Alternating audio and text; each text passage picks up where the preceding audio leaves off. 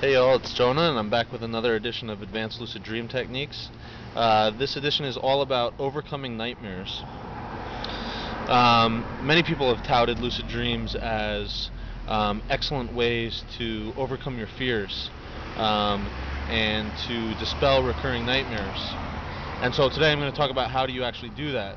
Now there are three possible actions if you find yourself lucid in a nightmare.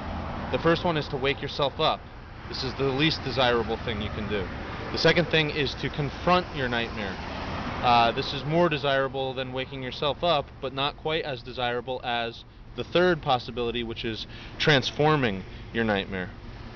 Now, let's say you find yourself in a nightmare, you're being chased by something, and it's scary, and you realize that you're dreaming.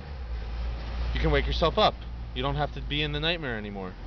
So one of my methods for waking myself up is stop, drop, and roll. Stop where you are, fall to the ground, and roll around, and close your eyes. And when you open them, usually I find myself back in my bed.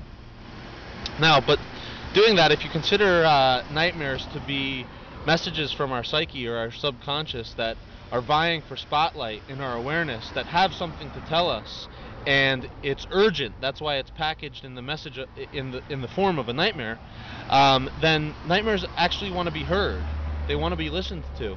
And so you can do this by, if you're being chased by something in your dreams, turn around and confront it. Ask it what it wants. If it attacks you, go ahead and attack it back. Show it that you're ready to stand up for yourself, that you don't want it to control you anymore. But this is actually not the most desirable method for dealing with nightmares, because nightmare characters or aspects of ourselves that are embodiments of fears will actually feed off of negative energy. So if you attack it back with sort of like negative intention to harm it, you can actually make it stronger. And you're not interested in doing that. Your most desirable course of action is to transform the nightmare. And I've done this by visualizing white energy in my hands and projecting it at the nightmare image. And I've had great results with this.